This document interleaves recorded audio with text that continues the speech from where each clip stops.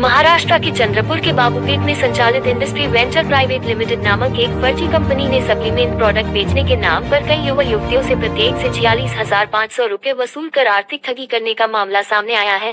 नौकरी और कमीशन का लालच देकर पैसे लिए गए, लेकिन पिछले 3-4 महीनों से किसी को वेतन नहीं मिला, जिससे ठगी उजागर हुई है।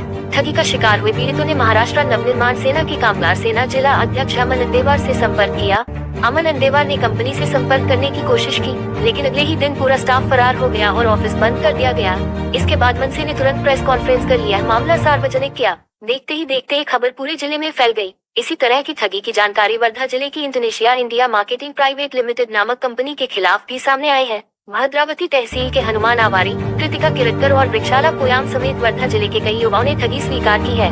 मनसे के अमन अंदेवार और वर्धा जिला अध्यक्ष शंकर भाव के मार्गदर्शन में पीड़ितों और उनके परिजनों ने वर्धा स्थित कंपनी के ऑफिस में मुलाकात की, लेकिन कंपनी ने कोई भी दस्तावेज पेश नहीं किया और बातचीत के दौरान झगड़ा हो गया, जिससे मारपीट की नौबत आ गई। इसके बाद वर्धा पुलिस अधीक्षक को ज्ञापन सौंपा गया, लेकिन उल्टा पुलिस ने मनसे कार्यकर्ताओं के खिलाफ ही मामला दर्ज कर लिया, ऐसा बताया गया है। इस मामले पर प्रतिक्रिया देते हुए अमन अंदेवार ने कहा, हमारा मकसद शांतिपूर्ण तरीके से न्याय प्राप्त करना था, लेकिन हालात बिगड़ने की जिम्मेदारी हम लेते हैं। खास बात यह है कि ठगी के शिकार हुए युवाओं में ग्रामीण क्षेत्र के साथ साथ कुछ नाबालिग युवक युवतियां भी शामिल हैं, जिससे मामला और भी गंभीर हो गया है। मनसे ने सख्त चेतावनी दी है कि अगर बाहरी राज्यों की कोई भी कंपनी महाराष्ट्र के युवाओं को लूटने की कोशिश करेगी, तो मनसे अपने अंदाज में सड़क पर उतरकर आंदोलन करेगी।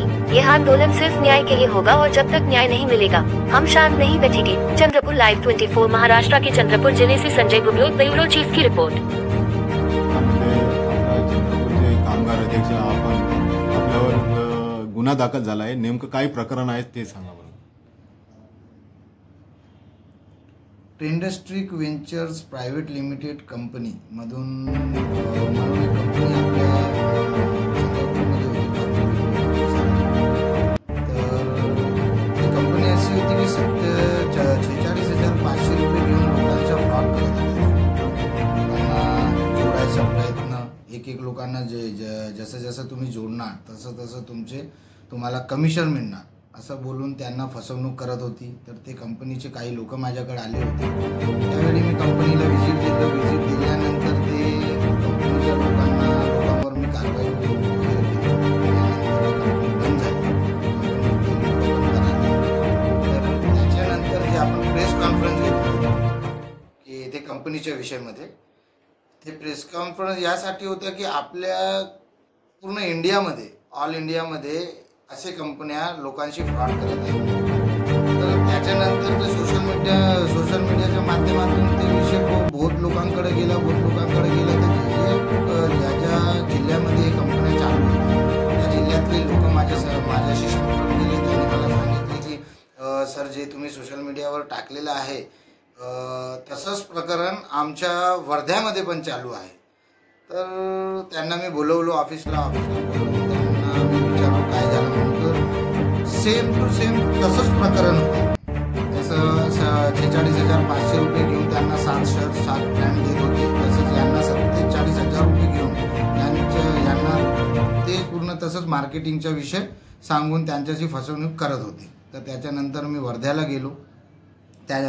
तिथले आपले जे जिल्हाध्यक्ष होते शंकरभाऊ म्हणून त्यांना भेटलो, त्यांच्याशी संपर्क करून मी त्यांना घेऊन त्यांचे काही कार्यकर्ता आणि आपले चंद्रपूरचे जे मनसेचे कार्यकर्ते आहेत त्यांना वगैरे घेऊन, आणि जे मुली लोक होते त्यांचे पैसे फसून होते वर्ध्यात, त्यांना पण घेऊन, त्यांचे आई वगैरे होते, वडील वगैरे होते, त्यांना घेऊन मी तिथं गेल्यानंतर ते कंपनीला व्हिजिट केल्यानंतर त्यांना मी विचारपूस केलं की कसं झालं आहे, कसं तुम्ही कोणत्या प्रकार हे सगळं ऑफिस टाकून तुम्ही करत आहात, आणि तुमच्याकडं तुम्ही जे 2 वर्षापासून हे कंपनी चालवत आहात तर तुमचं व्हेरिफिकेशन वगैरे झालेलं आहेत का, आणि तुम्ही कंपनी तर टाकली आहे तर कंपनीचं जे आहे जे लायसन्स वगैरे तुम्ही इथले कामगार आयुक्त यांच्याकडे तुम्ही व्हिजिट दिली आहे का, तुमच्या पूर्ण डिटेल वगैरे काय इतरचे लेबर कमिशनरकडे दिली आहे का। तर त्यांच्याकडे काही शब्द होते नाही, तर ते त्यांनी काही म्हणाले नाही आम्हाला, तर तो चुपचाप होते। तर आमचं म्हणणं त्यांना हे एकच होतं की जे 4-5 लोक आमचे आहेत त्यांचे पैसे देऊन द्या आणि हे कंपनी बंद करा। त्याच्यानंतर तिकडचे लोक थोडंसं हायफर झाल्यानंतर तिकडं असं बोलता बोलता आपले कार्यकर्ता आणि त्यांच्या बोलण्याबद्दल भांडण झाला. भांडणांमध्ये ते हातापाई झाली. हातापाईमध्ये त्यांना चोट लागली.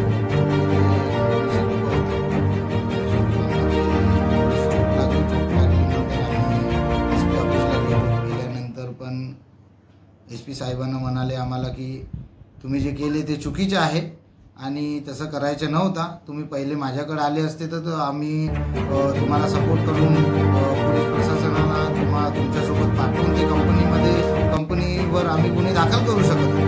तुम्ही जे केले ते चुकीचे आहे. आम्ही पण मान्य केलो की हे चुकीचे आहे. आम्ही तुम्हाला सांगितले नाही, पण आम्हाला असं वाटलं की आम्ही चांगल्या प्रमाणानं बोलून ते विषय तिथंच खतम करून आम्ही पैसे वगैरे देऊन ते खतम करू म्हणून. पण तसं काही झालं नाही. ते थोडंसं चुकलं. असं झालं की त्यांना थोडंसं चोट लागली. त्या विषयामध्ये आमच्यावर गुन्हा दाखल झाला. पण मला असं वाटतं की आम्ही जे केलं आहे ते जो करत आहे, जे लोकांशी पैसे वगैरे फसवणूक, जे 47,000 रुपये ज्याप्रमाणे ते लोक घेत आहे, त्याच्यानंतर आम्ही जे केलं आहे मला असं वाटतं की ते चुकीचं नाही. जर असं काही होत असन की लोकांशी फसवणूक करत असन तर असं महाराष्ट्र नवनिर्माण सेना हे खपू घेणार नाही. काहून की असं जे होत आहे हे बाहेर प्रांतातली कंपनी आहे. दिल्लीमधली कंपनी आपल्या महाराष्ट्रामध्ये येऊन आपल्या महाराष्ट्राच्या लोकांना लुटत आहे, तर हे चुकीचं आहे. तर यामध्ये आम्ही जे केलं आहे आम्हाला असं वाटत नाही की आम्ही काही चुकीचं काम केलं आहे. आणि असं काही अजून होणार तर असा विषय अजून होऊ शकते आमच्या. भाऊ, या कंपनीने अल्पवयीन मुलीलाही काय नेमकं काय केलं? तिथं पूर्ण असा विषय आहे, ते जे कंपनी चालवत आहे ते लोक, ते कंपनीमध्ये एक असे कोणी लोकच नाही जे काय म्हणते ते 18 वर्षाच्या वरत असे जास्त लोक नाही. पूर्ण अल्पवयीन मुलं आणि अल्पवयीन मुलीच तिथं काम करतात. आणि जास्तीत जास्त लोक ते पूर्ण खेडेपाड्यातले आहेत. त्यानंतर या लोकांना न्याय नाही मिळालं तर आपल्या मनसेतर्फे काय होणार? मनसेतर्फे यांना सर्वांना जर न्याय नाही मिळाला, ते जे कंपन्या असे अनलिगल प्रमाणे पूर्ण देशाभरात चालत आहे त्यांच्या विरुद्ध एक मोठा आम्ही आंदोलन काढणार. आणि ते आंदोलन एवढं मोठा राहणार की जर यांना ते कंपन्या बंद नाही झाले आणि यांना न्याय नाही मिळाला तर महाराष्ट्र नवनिर्माण सेना रस्त्यावर उतरून ते कंपन्या आम्ही फोडून त्यांना न्याय